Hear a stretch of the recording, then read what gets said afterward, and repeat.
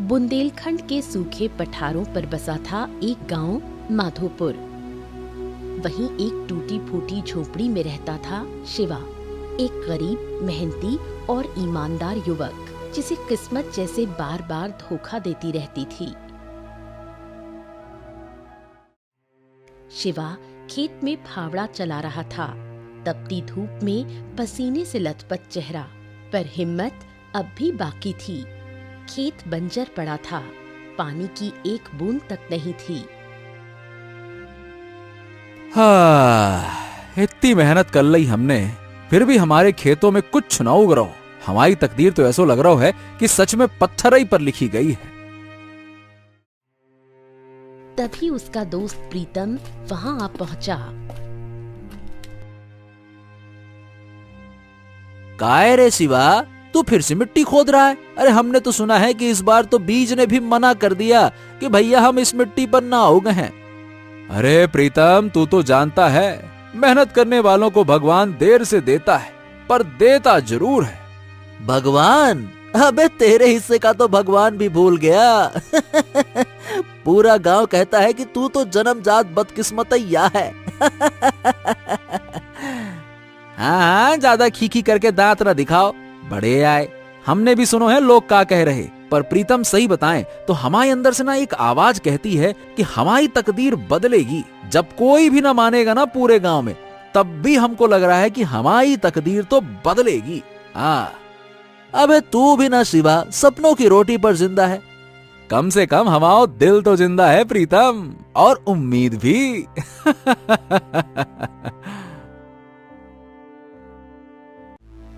प्रीतम हंसते हुए वहां से चला गया।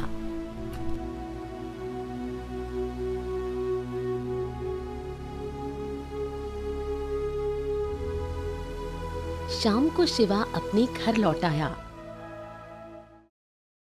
उसकी माँ मिट्टी के चूल्हे पर बैठी थी, पर चूल्हा ठंडा पड़ा था। बेटा, लगता है भगवान ने तेरी तकदीर बिना स्याही की कलम से लिखी है। ए अम्मा, तुम ही तो सिखाती हो, हिम्मत कभी ना हारनी चाहिए। पर बेटा, जब पेट भूखा हो और किस्मत अंधी, तब माँ का दिल कांप जाता है।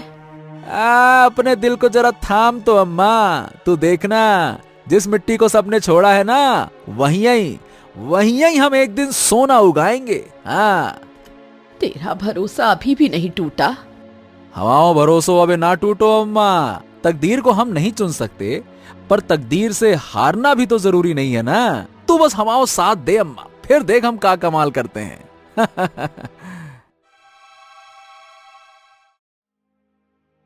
कुछ देर बाद शिवा सो गया।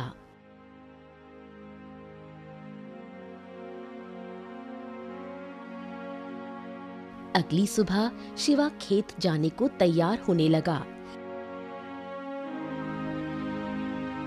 तभी उसकी माँ उससे बोली, बेटा, घर में लकड़ियाँ खत्म हो गई हैं, चूल्हा कैसे जलेगा? हाँ तो ठीक है अम्मा, हम जंगल से लकड़ियाँ लाए दे रहे, उसके बाद खेत चले जाएंगे।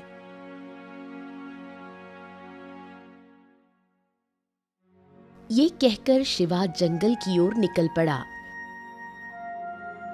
वो आधे रास्ते पहुंचा ही था कि उसे रास्ते में उसके कानों में उसकी प्रेमिका वृंदा की आवाज टकराई। अरे शिवा, तुम यहाँ? इस वक्त तो तुम खेत में होते हो, आज जंगल क्यों जा रहे हो? वृंदा, अरे वो कहा है कि घर में लकड़ियाँ खत्म हो गईं। खेत का काम हम बाद में करेंगे, पहले अम्मा के चूल्हे की चिंता तो दूर कर दें। कल दूसरे गांव से लड़के वाले आए थे मुझे देखने, सब देखकर चले भी गए। तुम अपनी माँ को पिताजी के पास भेज दो, वरना देर हो जाएगी। अब तुम हमारी हालत तो जानती हो वृंदा, गांव में हर कोई हमारी तकदीर का मजाक उड़ाता है। हम दिन रात मेहनत करते हैं, पर पता नहीं कहां से कोई न कोई आफत आ ही जाती है। अरे यहाँ तक कि हमारी अम्मा भी हमारी तकदीर को कोसती हैं। अब बताओ भला, ऐसे में तुम्हारा हाथ मांगने की हिम्मत हम कहां से लेके आए? मैं रोज मंदिर में पूजा करके तुम्हारे लिए प्रार्थना करती हूँ। गाँव वाले जो बोलते हैं वो उनकी मूर्खता है। इंसान की तकदीर से ज्यादा उसकी सोच मायने रखती है। तुम्हारी सोच साफ है, तुम्हारा दिल सच्चा है। एक दिन यही सोच तुम्हें बहुत आगे ले जाएगी शिवा। वृंदा के शब्दों ने शिवा के मन में एक हल्की सी उम्मीद की लौ जला दी। वृंदा घर लौट गई और शिवा जंगल की ओर बढ़ गया, पर इस बार उसके मन में कुछ और ही गहराइयां चल रही थीं। अरे कभी भी कुछ ठीक काहे नहीं होता है, मैं समझ में नहीं आ रहा। मेहनत करता हूँ, दुआएं भी मिलती हैं, अब फिर भी हर बार सब बिगड़ ही क्यों जाता है, समझ नहीं आ रहा। गहरी सोच में डूबते हुए वो जंगल में लकड़ियां काटने लगा। थोड़ी देर बाद उसने लकड़ियां बांधी और वापस गांव की ओर चल पड़ा।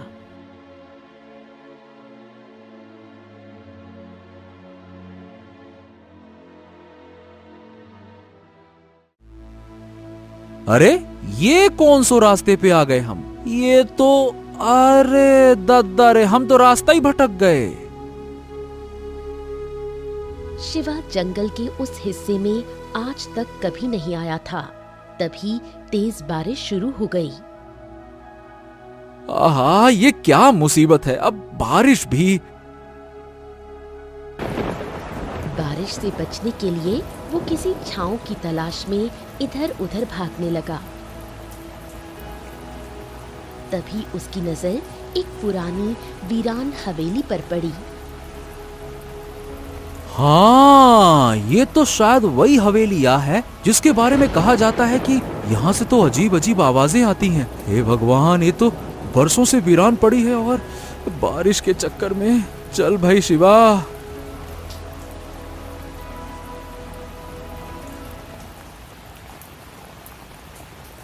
डरते डरते शिवा उस हवेली के नजदीक पहुंचा। बारिश भी तेज थी और भूख की ज्वाला भी बढ़ रही थी। हाँ, बस कुछ देर हम बैठेंगे, उसके बाद बारिश रुकते ही यहाँ से रफू चक्कर भैया, यहाँ ना रुकना। पर जैसे ही उसने कदम अंदर रखा, उसकी आंखें फटी की फटी रह गईं। अंदर का दृश्य वैसा नहीं था जैसा बाहर से लगता था। हवेली भीतर से टूटी फूटी नहीं, बल्कि किसी पुराने राजा की तरह सजी हुई थी। दीवारों पर प्राचीन चित्र, फर्श पर महंगे गलीचे और कमरे के बीचों बीच रखी एक बेशकीमती बंदूक। है, ये कैसे हो सकता है? बाहर से ये हवेली तो एकदम खंडहर जैसी और अंदर, ओ दादा रे, किसी राजा के महल जैसी। शिवा अब भूल चुका था कि वो रास्ता भटक गया था। तभी शिवा की नजर एक कमरे की ओर चली गई, जहां से कुछ आवाजें आ रही थीं। शिवा उस कमरे की ओर बढ़ गया। सामने का दृश्य देखकर वो बुरी तरह चौंक गया। हैं? जो का है, एक बड़े से पिंजरे में तोता बंद है और ऊके बगल में एक खूंटे से बंधा एक गधा भी है। तोता और गधा संगे संगे। बड़ी विचित्र बात है। ये वीरान हवेली में ये तोता और गधा क्या कर रहे? ये तोता तो देख के ऐसे लग रहा है कि जैसे रोज खाता पीता है, और ये गधा तो ऐसा लग रहा है जैसे अबई अबई बांधा गया है। इसका मतलब क्या कोई इस हवेली में रहता है? तभी तोता शिव को देखकर इंसानी आवाज में बोल पड़ा। आखिरकार तू आ ही गया शिवा, लेकिन तूने आने में देर कर दी। तभी गधा भी इंसानी आवाज में बोल पड़ा। तो क्या हो गया? अगर सुबह का भूला शाम को आ जाए तो उसे भूला ना कहते।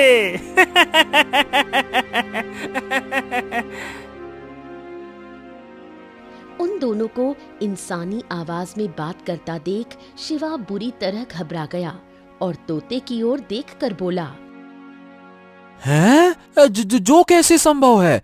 तुम तो एक तोता हो, तुम इंसानों की भाषा में कैसे बात कर सकते हो? और गधा भी ये कैसे इंसानों की भाषा में बात कर रहा है? शिवा की बात सुनकर तोता हंसते हुए बोला, हम दोनों इंसानों की भाषा में क्यों और कैसे बात कर रहे हैं, इसका रहस्य तुझे कुछ देर बाद में पता लग जाएगा। हम ये तुझे अभी नहीं बता सकते, पर इतना जरूर बता सकते हैं कि हम दोनों को एक वरदान प्राप्त है। इस हवेली में कोई नहीं आता, तू पहला मनुष्य है जो यहाँ आया है।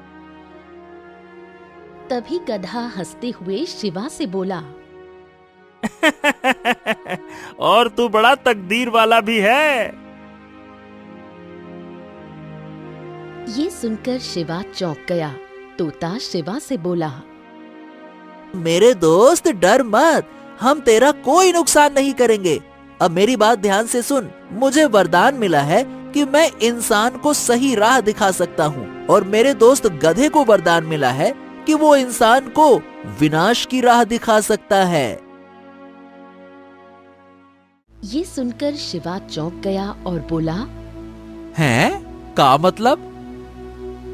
तभी गधा इंसानी आवाज में बोला, अरे भाई, मतलब ये है कि हम किस्मत तो नहीं लिखते, पर हम ऐसे मौके जरूर दिखाते हैं जिससे किस्मत बनाई जा सकती है। एक राह भलाई की और एक राह बर्बादी की। जो तू चुनेगा उसी से तेरी किस्मत बनेगी। शिवा हैरानी से उन दोनों को देखने लगा और बोला, हाँ, तुम्हारी कुछ कुछ बातें तो समझ में आ रही और कुछ तो बिल्कुल ही ना आ रही।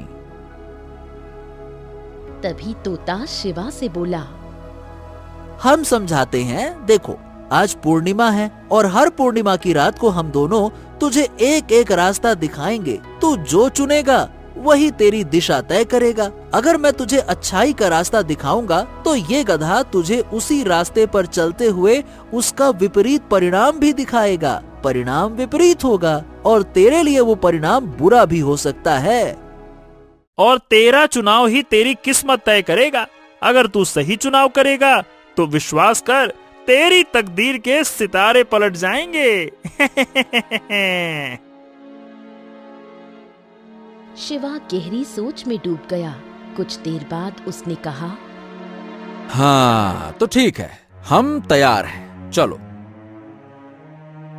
तोता बोला, तो फिर जा, तेरे गांव में एक बहुत पुराना कुआं है ना? हाँ हाँ हाँ, साहूकार के खेत में एक बहुत पुराना कुआं है, लेकिन वो खेत तो बंजर है और वो कुआं भी सूखा पड़ा है। ना तो वो खेत किसी काम आ रहा है और ना वो कुआं। अरे बल्कि हमारे गांव के लोग तो उधर झांकने भी ना जाते। लेकिन तू जा, उस कुएं में एक तांबे का बक्सा है। तुझे कुएं के अंदर उतरना होगा और कुएं के अंदर घना अंधेरा है। जब तू तलाशी लेगा तो तुझे वो बक्सा मिल जाएगा। उस बक्से में बेशुमार सोने चांदी के गहने रखे हुए हैं जो एक राजा के हैं। हाँ, अब वो राजा इस संसार में नहीं है। हजारों साल पहले वो इस दुनिया को अलविदा कह चुका है। उसने वो गहने वहाँ छुपा कर रखे थे। तू उन गहनों को हासिल कर सकता है और अमीर बन सकता है।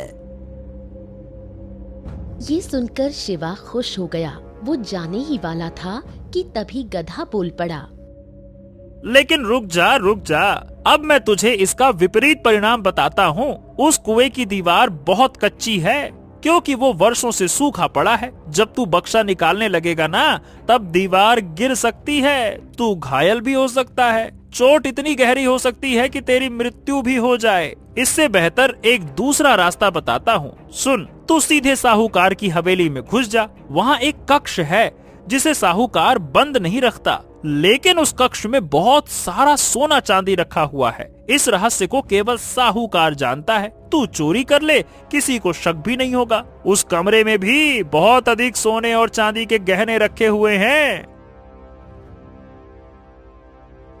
शिवा गहरी सोच में डूब गया और बोला, हम तो यहाँ से अभी जा रहे, फैसला हम बाद में करेंगे। अगली पूर्णिमा को फिर से आऊंगा। चलो भाई। हाँ, रुको रुको, जाने से पहले एक बात याद रखना शिवा। हम दोनों के रहस्य को तुम बाहर किसी को नहीं बताओगे, नहीं तो अगली पूर्णिमा की रात तुम चाह कर भी इस हवेली की ओर आ नहीं पाओगे। तुम्हें ये हवेली दिखाई नहीं देगी। हाँ।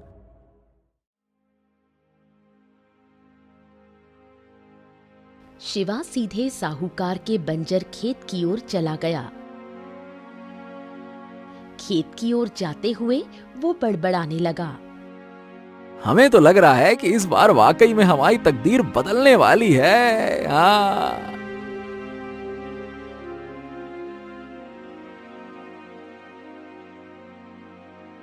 शिवा कुएं में उतर गया। उसे वो तांबे का बक्सा मिल गया।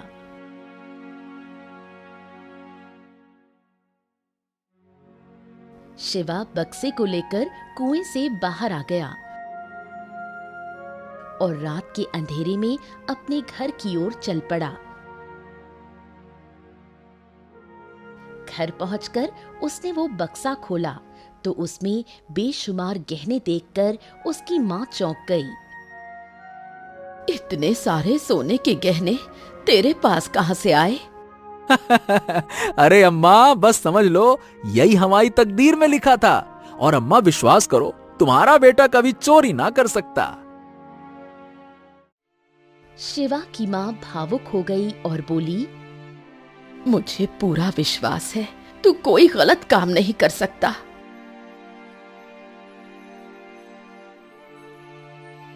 उस दिन के बाद से शिवा की तकदीर बदल गई। उसकी झोपड़ी अच्छे मकान में बदल गई। उसने खेती छोड़कर व्यापार करना शुरू कर दिया और देखते ही देखते वो धनवान बन गया। दूसरी पूर्णिमा की रात पर शिवा दोबारा उस रहस्यमयी स्थान पर जा पहुंचा। तोता और गधा पहले से मौजूद थे। लगता है तूने अच्छाई के रास्ते को चुना। चलो अच्छा है, अब देख तेरे साथ क्या होता है। अब मेरी बात ध्यान से सुन। राजा चंद्रसेन अपने महल में युवकों की परीक्षा ले रहा है। जो जीत गया उसे दरबार में संदेश वाहक बनाया जाएगा। तू जाकर भाग्य आजमा, भले ही कठिन हो, लेकिन जा। लेकिन अगर तू वहां गया तो तुझे पहरेदार मारेंगे। तू क्या करेगा? क्या वहां पे जाके राजा की सेवा करेगा? अरे सीमा पर एक सराय है, वहां से व्यापारियों का माल लूट और जल्दी अमीर बन जाएगा। हाँ। शिवा ने तोते की बात मानी।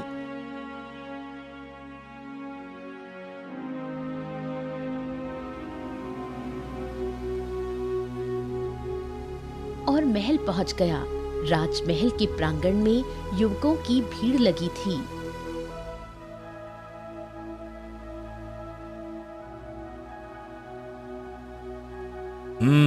हम आज 3 परीक्षा लेंगे, बल की, बुद्धि की और धैर्य की। जो इन तीनों में सफल होगा वही बनेगा हमारा विशेष संदेश वाहक।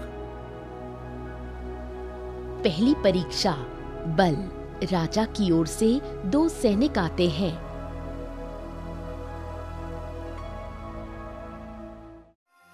पहली चुनौती, हाथियों को नियंत्रित करना। जो उन्हें वश में करेगा वही आगे बढ़ेगा।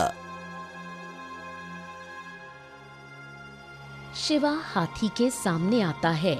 शांति से उसकी आंखों में देखता है। धीरे धीरे उसके पास जाता है, कान सहलाता है और उसे बैठा देता है।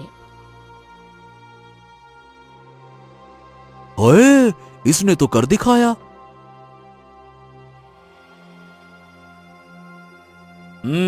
शाबाश। अगली परीक्षा बुद्धि की परीक्षा। बुद्धि। एक पहेली है। 4 दीवारों में बंद हूँ मैं, ना मैं दिखता ना मैं चलता। मेरे बिना सब मौन है, मुझसे ही हर बात पलता। शिवा सोचते हुए बोला, हाँ, हर बात पलता, मौन। हाँ, उत्तर है शब्द। बिल्कुल सही। और अब तीसरी और सबसे कठिन परीक्षा धैर्य। राजा की आज्ञा से युवकों को गर्म धूप में एक घड़े को सिर पर रखकर 5 कोस चलने को कहा जाता है। घड़ा पानी से भरा है और वो गिरना नहीं चाहिए।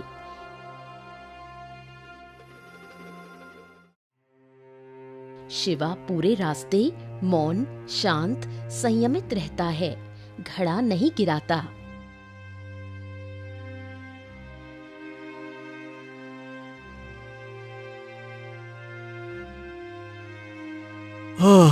अब मैं नहीं चल सकता।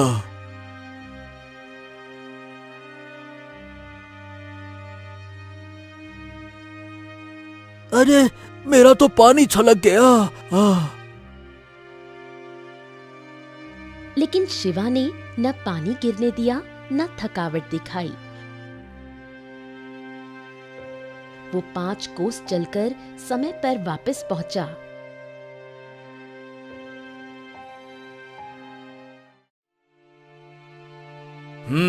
तो तीनों परीक्षा में जिसने विजय पाई वो शिवा है। हम इसे राज्य दरबार का संदेश वाहक नियुक्त करते हैं। दरबार गूंजता है, जय हो जय हो।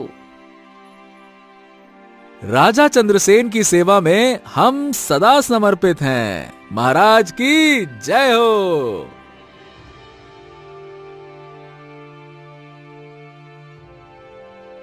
इस तरह शिवा ने दूसरी पूर्णिमा पर भी अच्छाई का रास्ता चुना और उसके जीवन ने एक और मोड़ ले लिया। गांव वालों ने शिवा को हमेशा फूटी तकदीर वाला समझा था। कोई उसे देखना तक पसंद नहीं करता था। लेकिन जब उसकी मेहनत रंग लाई और वो राज दरबार का संदेशवाहक बना, तो पूरे गांव की सोच बदल गई।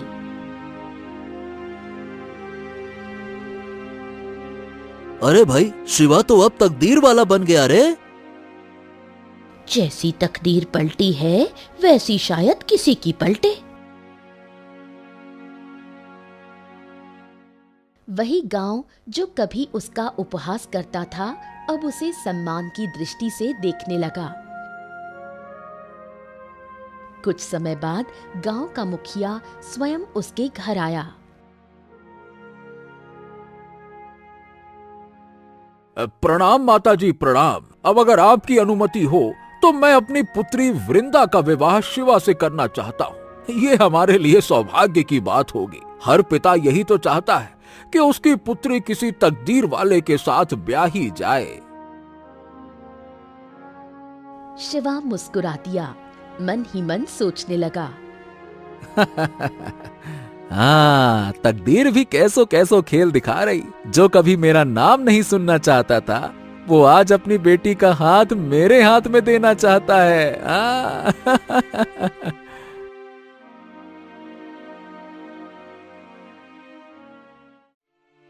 कुछ ही दिनों में विवाह संपन्न हो गया। वृंदा शिवा की अर्धांगिनी बन गई।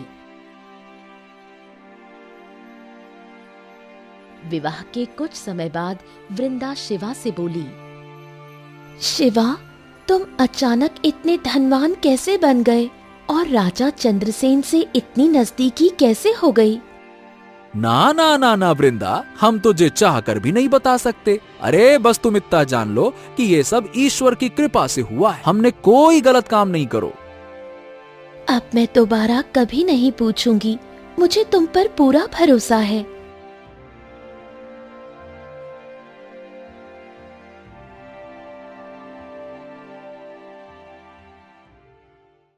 समय बीतता गया, लेकिन पूर्णिमा की रात शिवा को फिर से तोते और गधे की याद आई। उस रात कुछ खींचता हुआ उसे हवेली की ओर ले गया। हवेली की दहलीज पर कदम रखते ही दीवारें कांप उठीं।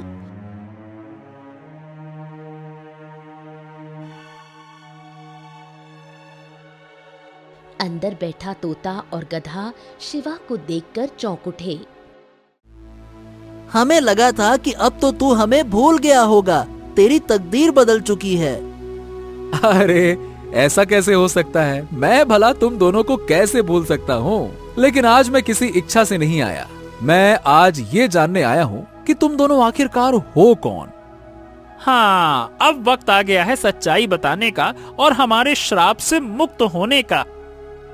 तू हर बार भले रास्ते पर गया, इसी वजह से हमें आजादी मिल रही है। हम तो बस रास्ता दिखाते हैं। भगवान ने हमें यही हक दिया है। चुनाव तेरा, लेखा जोखा उसका। तू है तकदीर वाला क्योंकि तूने सही चुना। तो क्या तुम सच में हमारी मदद कर रहे थे या हमें भटका रहे थे? हम इस हवेली के श्राप हैं। सुनो, 100 साल पहले यहाँ के राजा ने तकदीर पर शोध करने की ठानी थी। उसने सोचा कि अगर इंसान की आत्मा में प्रवेश किया जाए तो उसकी तकदीर की रेखाएं देखी जा सकती हैं। और फिर राजा ने मंत्र रचे, लेकिन ईश्वर नाराज हो गए। राजा तो खत्म हुआ, पर उसके 2 सेवक हम इस श्राप में फंस गए। हमारे श्राप की मुक्ति का मार्ग यही था कि हम एक मनुष्य को 2 राहें दिखाएं और वो हर बार अच्छाई की राह चुने।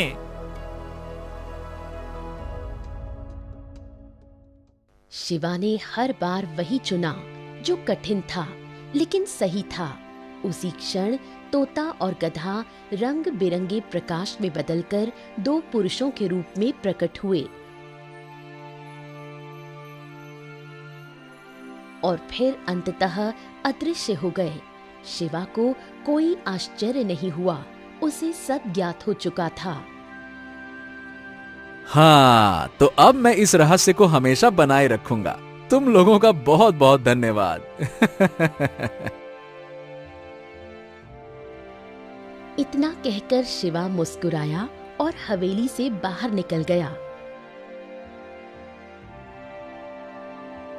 तकदीर वही करती है जो इंसान के कर्मों से जुड़ी हो। जो सही राह चुनता है, तकदीर खुद उसके आगे झुक जाती है। शिवा की कहानी बस एक कहानी नहीं, हर इंसान के अंदर छुपे उस तकदीर वाले की गवाही है।